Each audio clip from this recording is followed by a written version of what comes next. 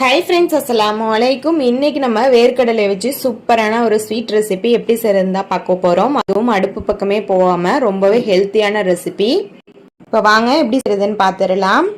அதுக்கு முதல்ல ஒரு மிக்சி ஜார் எடுத்துக்கோங்க. இதில் ஒரு 4 டேபிள் ஸ்பூன் அளவுக்கு சுகர் சேர்த்துக்கோங்க. சுகருக்கு பதிலாக நீங்கள் நாட்டு சக்கரை கூட சேர்த்துக்கலாம். இப்போ இதில் ஃப்ளேவருக்காக ஒரே ஒரு ஏலக்காய் மட்டும் சேர்த்துக்கோங்க. இப்போ இதை நல்லா நைஸாக அரைச்சி எடுத்துகிட்டு வந்துடுங்க. இப்போ இதை நம்ம ஒரு பவுலில் மாற்றிக்கலாம். இப்போ நம்ம சக்கரை அரைச்சோம்ல, அதே மிக்சி ஜார் எடுத்துக்கோங்க. இதில் இப்போ வறுத்த வேர்க்கடலை ஒரு 4 டேபிள் ஸ்பூன் அளவுக்கு சேர்த்துக்கோங்க. தோலெல்லாம் உரிச்சிட்டு சேர்த்துக்கோங்க. இது கூடவே 3/4 கப் அளவுக்கு முந்திரி சேர்த்துக்கோங்க. நீங்கள் முந்திரிக்கு பதிலாக பாதாம் கூட சேர்த்துக்கலாம், தோலை நீக்கிட்டு. இப்போ இந்த முந்திரியும் வேர்க்கடலையும் நம்ம நல்லா அரைச்சி எடுத்துட்டு வந்துடலாம். இது நல்லா நைஸாக அரைக்கணும்னு அவசியம் இல்லை. இந்த மாதிரி லைட்டாக குறப்பாக இருந்தாலே நல்லா இருக்கும். விட்டு விட்டு அரைச்சி எடுத்துக்கோங்க, இல்லைன்னா இதுலேருந்து ஆயில் ரிலீஸ் ஆகும். இப்போ நம்ம சுகர் அரைச்சி வச்சிருக்கோம் பார்த்தீங்களா, அதுலேயே இதை சேர்த்துக்கோங்க அப்படியே. இப்போ இது ரெண்டுத்தையுமே நல்லா இந்த மாதிரி கைகளாலேயே நல்லா பிசைஞ்சு விட்டு மிக்ஸ் பண்ணி விட்டுக்கோங்க. ஏற்கனவே நமக்கு வேர்க்கடலையிலையும் முந்திரிலையும் நமக்கு ஆயில் ரிலீஸ் ஆயிருக்கும். அதனால அந்த பிசுபிசுப்பு தன்மை இருக்கும். அதனால நமக்கு கன்சிஸ்டன்சி இந்த மாதிரி தான் இருக்கும். இப்போ நல்லா இந்த மாதிரி மிக்ஸ் பண்ணி எடுத்துக்கோங்க. இது அப்படியும் நீங்கள் செய்யலாம்.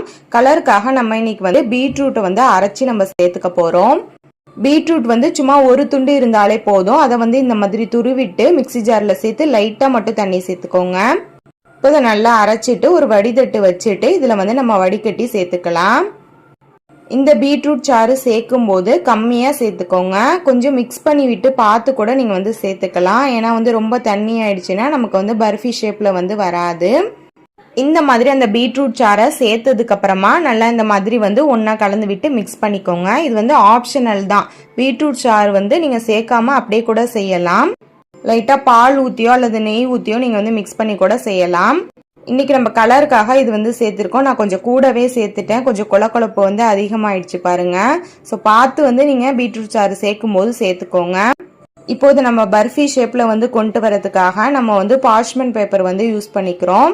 பட்டர் பேப்பர் இருந்துச்சுன்னா நீங்கள் டைரெக்டாக அதையே பிளேட்டில் வச்சுக்கோங்க.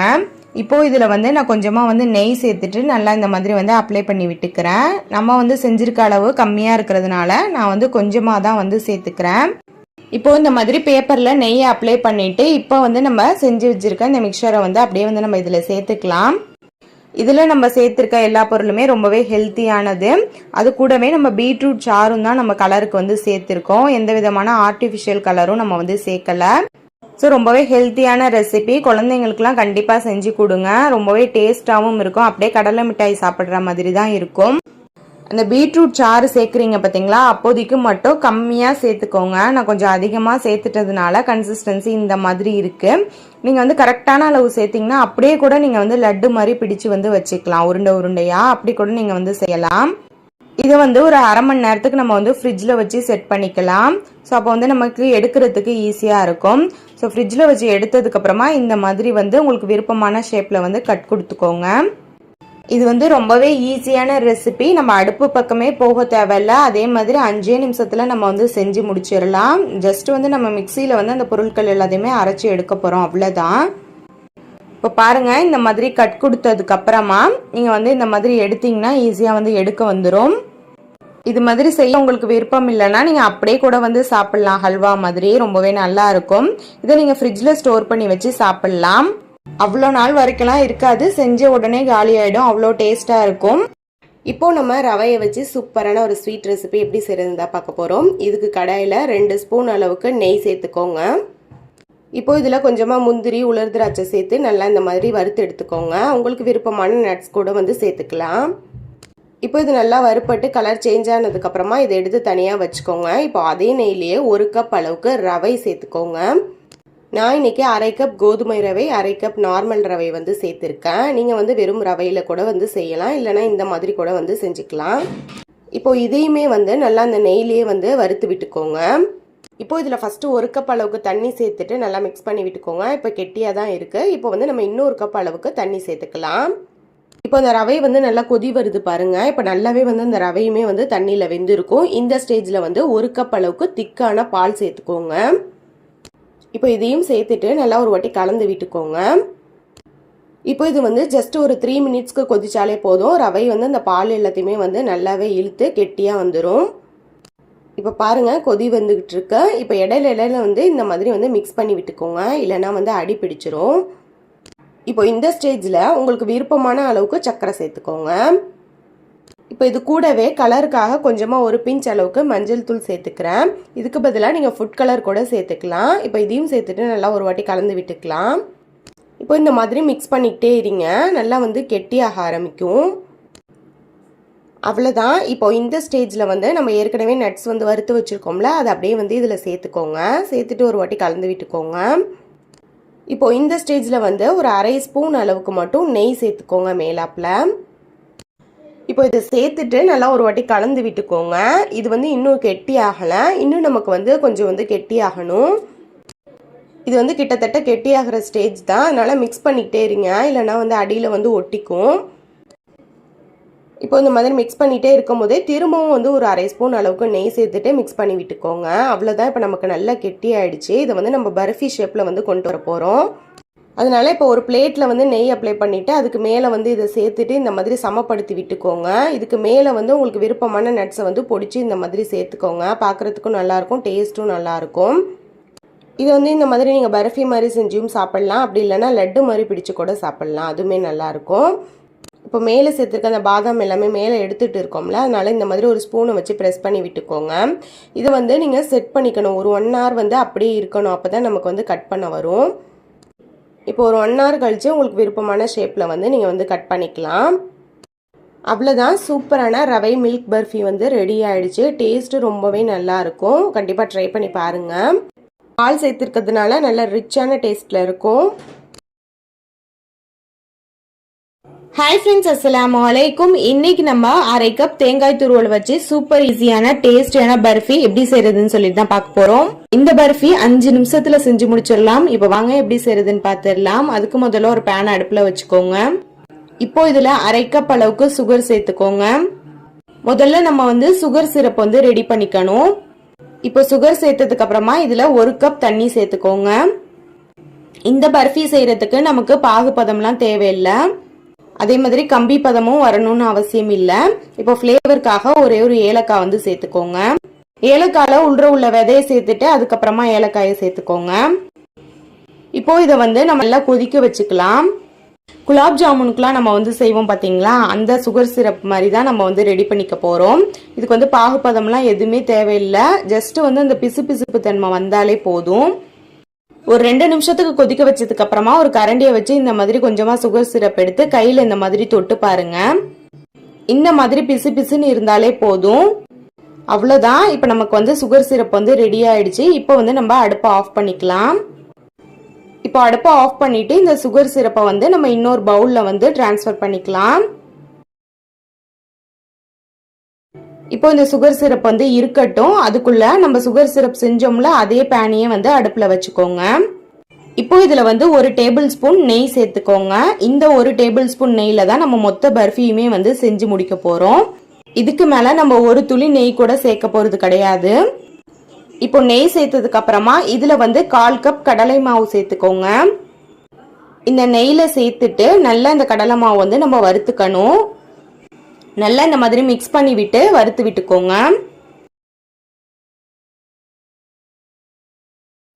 இப்போ பாருங்க, நல்லா அந்த கடலை மாவு வந்து வறுப்பட்டு கலர் வந்து இந்த மாதிரி சேஞ்ச் ஆகி இருக்கும், கோல்டன் ப்ரௌன் கலர்ல. இப்போ கடலை மாவு வந்து வறுத்தாச்சு. இப்போ இது கூடவே 1/2 கப் அளவுக்கு ரவை சேர்த்துக்கோங்க. இப்போ இந்த ரவையை சேர்த்துட்டு நல்லா மிக்ஸ் பண்ணி விட்டு இதையுமே வந்து ஒரு நிமிஷத்துக்கு வந்து வறுத்து எடுத்துக்கோங்க. கடலை மாவு நல்லா வறுப்பட்டதுக்கு அப்புறமா தான் நம்ம ரவை சேர்த்து வறுக்கணும், அப்பதான் நல்லா வறுப்படும். இப்போ இந்த மாதிரி நல்லா வறுத்ததுக்கு அப்புறமா இதுல இப்ப வந்து 1/2 கப் அளவுக்கு தேங்காய் துருவல் சேர்த்துக்கோங்க. இப்போ இந்த தேங்காய் துருவலை சேர்த்துட்டு ஒரு நிமிஷத்துக்கு மட்டும் திரும்பவும் வறுத்து எடுத்துக்கோங்க. அடுப்பு வந்து மீடியம் ஃப்ளேம்ல தான் இருக்கணும். இப்போ இந்த தேங்காய் துருவலை சேர்த்துட்டு ஒரு 2 தடவை மிக்ஸ் பண்ணி விட்டுக்கோங்க. ஒரு நிமிஷத்துக்கு மட்டும் இந்த மாதிரி மிக்ஸ் பண்ணிக்கோங்க போதும். அதுக்கப்புறமா நம்ம இதுல வந்து தண்ணி சேர்க்க போறோம். இந்த ஸ்வீட் ரெசிபி வந்து நம்ம பாலே இல்லாம செய்ய போறோம். பால்லாம் இதுக்கு தேவையே இல்லை. இப்போ இந்த மாதிரி மிக்ஸ் பண்ணிக்கிட்டே இருந்தீங்கன்னா ஒரு நிமிஷத்துலேயே நல்லா அந்த தேங்காய் துருவல் எல்லாமே டெசிகேட்டட் கோகோனட் மாதிரி ஆயிடும். பாருங்க, நல்லா இந்த அளவுக்கு வறுபட்டிருக்கணும். இப்போ எல்லாமே வந்து நல்லா வறுபட்டு வந்துருச்சு. இப்போ இதுல வந்து 1/2 கப் அளவுக்கு தண்ணி சேர்த்துக்கோங்க. இப்போ தண்ணி சேர்த்ததுக்கு அப்புறமா உடனே வந்து ரவை வந்து தண்ணியெல்லாம் வந்து இழுத்துரும். அதனால உடனே நீங்க வந்து நல்லா மிக்ஸ் பண்ணி விட்டுக்கோங்க. நல்லா அந்த 1/2 கப் தண்ணியிலேயே அந்த ரவை வந்து நல்லாவே வந்து வெந்து வந்துடும். இந்த மாதிரி நல்லா மிக்ஸ் பண்ணி விட்டுக்கோங்க. பாருங்க, நம்ம தண்ணி சேர்த்த உடனே நல்லா அந்த ரவை எல்லாமே தண்ணி எல்லாம் இழுத்து நல்லா வந்து கன்சிஸ்டன்சி இந்த மாதிரி ஆயிடும். இந்த மாதிரி கிண்டிக்கிட்டே இருந்தீங்கன்னா உங்களுக்கு ஒரு ஸ்டேஜ்ல வந்து அந்த பேன்ல வந்து ஒட்டாம வரும். இந்த ஸ்டேஜ்ல நம்ம இப்ப வந்து சுகர் சிரப் வந்து சேர்த்துக்க போறோம். சுகர் சிரப்ல வந்து கலருக்காக நான் வந்து மஞ்சள் தூள் வந்து சேர்த்துக்கிறேன். இது சேர்க்கறதுனால டேஸ்ட் ஒன்றும் மாறுபடாது, ரொம்பவே நல்லா இருக்கும். இதுக்கு பதிலாக நீங்க ஃபுட் கலர் கூட சேர்த்துக்கலாம். இப்போ இதுல ஏலக்காய் விதை எல்லாமே இருந்துச்சுல, அது எல்லாத்தையுமே வந்து நம்ம எடுத்துக்கலாம். இப்போ இந்த சுகர் சிரப்பை இதுல வந்து சேர்த்துக்கோங்க. இப்போ இதை சேர்த்துட்டு நல்லா இதை வந்து மிக்ஸ் பண்ணி விட்டுக்கோங்க. ஃபர்ஸ்ட் வந்து கட்டியா இருக்கிற மாதிரி தான் இருக்கும். அப்புறம் சூடு ஏற ஏற நல்லாவே வந்து உங்களுக்கு கரைஞ்சு வந்துடும். அடுப்பை மீடியம் ஃப்ளேம்ல வச்சு நல்லா கைவிடாம வந்து கிண்டி விட்டுக்கிட்டே இருங்க. இந்த மாதிரி நீங்க மிக்ஸ் பண்ணிக்கிட்டே இருக்க அந்த கட்டிகள் எல்லாமே நல்லாவே உடைஞ்சி சூப்பரா கரைஞ்சு வந்துடும். இப்போ ஒரு 2 நிமிஷத்துலயே அந்த பேன்ல வந்து ஒட்டாம ஒரு கன்சிஸ்டன்சி வரும். நல்லா எடுத்து திருப்பி போட்டோம்னா உங்களுக்கு அப்படியே வந்து அழகா ஒட்டாம அல்வா கன்சிஸ்டன்சில வந்து வந்துடும்.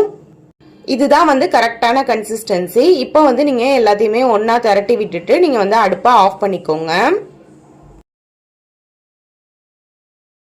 இதை நீங்க அப்படியே வந்து கேசரி மாதிரி கூட சர்வ் பண்ணலாம் பவுல்ல போட்டு. நம்ம இன்னைக்கு வந்து பர்ஃபி மாதிரி தான் செய்ய போறோம். இதை நீங்க லட்டு மாதிரி உருண்டை பிடிச்சு கூட சர்வ் பண்ணலாம், நம்மளோட விருப்பம் தான். இப்போ ஒரு பிளேட் எடுத்துட்டு நல்லா நெய்யை ஊற்றி அப்ளை பண்ணி விட்டுக்கோங்க. இந்த பிளேட் பெரிய பிளேட்டுங்கிறதுனால நான் வந்து பாதி அளவுக்கு மட்டும் நெய் வந்து அப்ளை பண்ணியிருக்கேன். இதுவே வந்து கரெக்டா இருக்கும் நம்ம செஞ்சிருக்கிற அளவுக்கு. இப்போ நம்ம செஞ்சு வச்சிருக்கிறத இதுல சேர்த்துக்கோங்க. இது அப்படியே சேர்த்துட்டு நல்லா இந்த மாதிரி கரண்டியை வச்சு பிரஸ் பண்ணி விட்டுக்கோங்க. இந்த மாதிரி நல்லா அழுத்தி விட்டுக்கோங்க. உங்களுக்கு கரண்டியிலலாம் ஒட்டவே ஒட்டாது. ஈஸியா நீங்க வந்து இதை பண்ணி முடிச்சிடலாம். நம்ம இவ்வளவுக்கும் 1 ஸ்பூன் நெய் தான் வந்து நம்ம சேர்த்து இருக்கோம். அதுக்கே நல்லா சூப்பர் சாஃப்டா டேஸ்டியா இருக்கும். அதே மாதிரி கரண்டிலலாம் ஒட்டவே ஒட்டாது. நீங்க தாராளமா வந்து நல்லா பிரஸ் பண்ணி விட்டுக்கலாம். இப்போ இந்த மாதிரி எல்லா பக்கமுமே வந்து பிசுறு இல்லாம சமப்படுத்தி விட்டுக்கோங்க. இது அப்படியுமே வந்து நீங்க வச்சுக்கலாம். இன்னும் கொஞ்சம் மேல வந்து அழகா இருக்கிறதுக்காக ஒரு 4 பாதாம் 4 முந்திரியை இந்த மாதிரி கிரஷ் பண்ணி வச்சிருக்கேன். அதை இதுக்கு மேல வந்து அப்படியே சேர்த்துக்கலாம். பாக்குறதுக்கும் அழகா இருக்கும், நல்லா கிரன்ச்சியா இருக்கும் சாப்பிடும் போது. இந்த மாதிரி சேர்த்துட்டு நம்ம அப்படியே விட்டுறாம ஒரு ஸ்பூனை வச்சு இந்த மாதிரி வந்து பிரஸ் பண்ணி விட்டுக்கோங்க. அப்பதான் அது நல்லா வந்து செட் ஆகி இருக்கும். இல்லைன்னா மேல அப்படியே எடுத்துக்கிட்டு இருக்கும், கீழே விழுகும். அதனால இந்த மாதிரி லைட்டா ஜென்டலா வந்து பிரஸ் பண்ணி விட்டுக்கோங்க. அவ்வளவுதான். இப்ப இதை வந்து ஒரு 1/2 மணி நேரத்துக்கு வந்து நம்ம ஃப்ரிட்ஜ்ல வச்சு எடுத்துக்கலாம். இந்த ஸ்வீட் வந்து ஃப்ரிட்ஜ்ல வச்சு சாப்பிட்டா ரொம்பவே டேஸ்டா இருக்கும். நீங்க வெளியில வைக்கிறதா இருந்தாலும் வச்சுக்கலாம். அதுக்குமே வந்து 1/2 மணி நேரம் கழிச்சு நம்ம பீஸ் போட்டுக்கலாம். இப்போ நான் ஃப்ரிட்ஜ்ல வந்து 1/2 மணி நேரத்துக்கு வச்சு எடுத்துட்டேன். இப்போ நம்ம வந்து இதை பீஸ் போட்டுக்கலாம். உங்களுக்கு விருப்பமான ஷேப்ல நீங்க பீஸ் போட்டுக்கோங்க. இந்த ஸ்வீட் ரெசிபிக்கு வந்து கேசரியே தோத்து போயிடுங்க, அந்த அளவுக்கு டேஸ்ட் அட்டகாசமா இருக்கும். கண்டிப்பா ஒரு தடவை ட்ரை பண்ணி பாருங்க, அடிக்கடி செய்வீங்க. நம்ம கேசரியில நார்மலா ரவை மட்டும் சேர்த்து செய்வோம். பட் ஆனா இதுல வந்து நம்ம என்னென்ன பொருள் சேர்த்திருக்கோம்னு சொல்லிட்டு நீங்களே பார்த்திருப்பீங்க. ஸோ செம்ம சாஃப்டா டேஸ்டியா இருக்கும். இப்போ இந்த மாதிரி பீஸ் போட்டுட்டு கத்தியை வச்சு இந்த மாதிரி அடியிலேருந்து எடுத்து விடுங்க. சூப்பரா வந்து வந்துடும். குழந்தைங்க ஸ்வீட் கேட்டா டக்குன்னு இதை ரெடி பண்ணி கொடுத்துடலாம். இது ஹெல்த்தியான ரெசிபியும் கூட, டேஸ்டும் அட்டகாசமா இருக்கும். குயிக்காவும் செஞ்சு முடிச்சிடலாம். எப்போதும் போல கேசரி செய்யறதுக்கு பதிலா இந்த மாதிரி செஞ்சு பார்த்துட்டு எப்படி இருந்துச்சுன்னு கமெண்ட்ல மறக்காம சொல்லுங்க. இப்ப நான் உங்களுக்கு உடைச்சு காட்டுற பாருங்க எவ்வளவு சூப்பர் சாஃப்டா இருக்குன்னு சொல்லிட்டு. மேல நம்ம சேர்த்திருக்க பாதாம் முந்திரிலாம் வாயில கடிப்படும் போது அவ்வளோ டேஸ்டா இருக்கும். சீர்குருமா எப்போதும் செய்யறது மாதிரி இல்லாம டிஃப்ரெண்டா சூப்பர் டேஸ்டியா செய்ய போறோம். இப்ப வாங்க எப்படி செய்யறதுன்னு பாத்துடலாம். அதுக்கு ஒரு பாத்திரம் அடுப்புல வச்சுக்கோங்க. இதுல இப்ப 1/2 கப் அளவுக்கு சர்க்கரை சேர்த்துக்கோங்க. இப்போ சர்க்கரை சேர்த்துட்டு இதுல வந்து 1 ஸ்பூன் மட்டும் தண்ணி சேர்த்துக்கோங்க. இப்போ இதை வந்து நம்ம நல்லா வந்து மிக்ஸ் பண்ணி விட்டுக்கலாம். இதை வந்து நம்ம கேரமலைஸ் பண்ணி எடுக்க போறோம். அடுப்பை மீடியம் ஃப்ளேம்லேயே வச்சுக்கோங்க. மீடியம் ஃப்ளேமில் வச்சுட்டு இந்த மாதிரி நீங்கள் வந்து கிண்டி விட்டுட்டே இருந்தீங்கன்னா இந்த கலரில் வந்து உங்களுக்கு அந்த சீனி வந்து கேரமலைஸ் ஆகி வந்துடும்.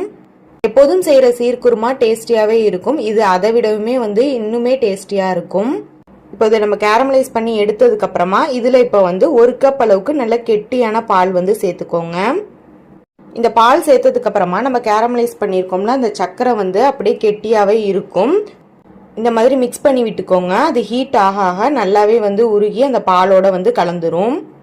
இப்போ பாருங்க அந்த கேரமல் எல்லாமே நல்லா அந்த பாலோட கலந்து கொதிச்சுக்கிட்டு இருக்கு. அவ்வளோதான். இப்போ இந்த மாதிரி ஆனதுக்கப்புறமா நீங்கள் வந்து அடுப்பை ஆஃப் பண்ணிக்கோங்க. அடுப்பை ஆஃப் பண்ணிவிட்டு இதை எடுத்து தனியாக வச்சுக்கோங்க. இப்போ இது இருக்கட்டும். அதுக்குள்ளே இன்னொரு பாத்திரத்தை அடுப்பில் வச்சுக்கோங்க. இப்போ இதில் ஒரு 3 டேபிள் ஸ்பூன் அளவுக்கு கீ சேர்த்துக்கோங்க. கீ நல்லா உருகுனதுக்கப்புறமா இதில் ஒரு துண்டு பட்டை சேர்த்துக்கோங்க. இப்போ இது கூடவே 2 கிராம்பு, ஒரு ஏலக்காய் சேர்த்துக்கோங்க. இப்போ இதில் ஒரு 1/4 கப் அளவுக்கு ஜவ்வரிசி சேர்த்துக்கோங்க. ஜவ்வரிசி வந்து ஊற வைக்கலாம் தேவையில்ல. ஜஸ்ட் வந்து அப்படியே எடுத்து நீங்கள் இந்த நெய்யில் வந்து சேர்த்துக்கிட்டாலே போதும். இந்த மாதிரி சேர்த்துட்டு நல்லா கலந்து விட்டுக்கோங்க. இப்போ ஜவ்வரிசி வந்து அந்த நெய்யிலே நல்லா வறுக்கணும். ஏன்னா நம்ம ஜவ்வரிசியை வந்து ஊற வைக்கல. இந்த மாதிரி நெய்யில் வறுக்கும் போது தான் அது சீக்கிரமாக வந்து வெந்து வரும்.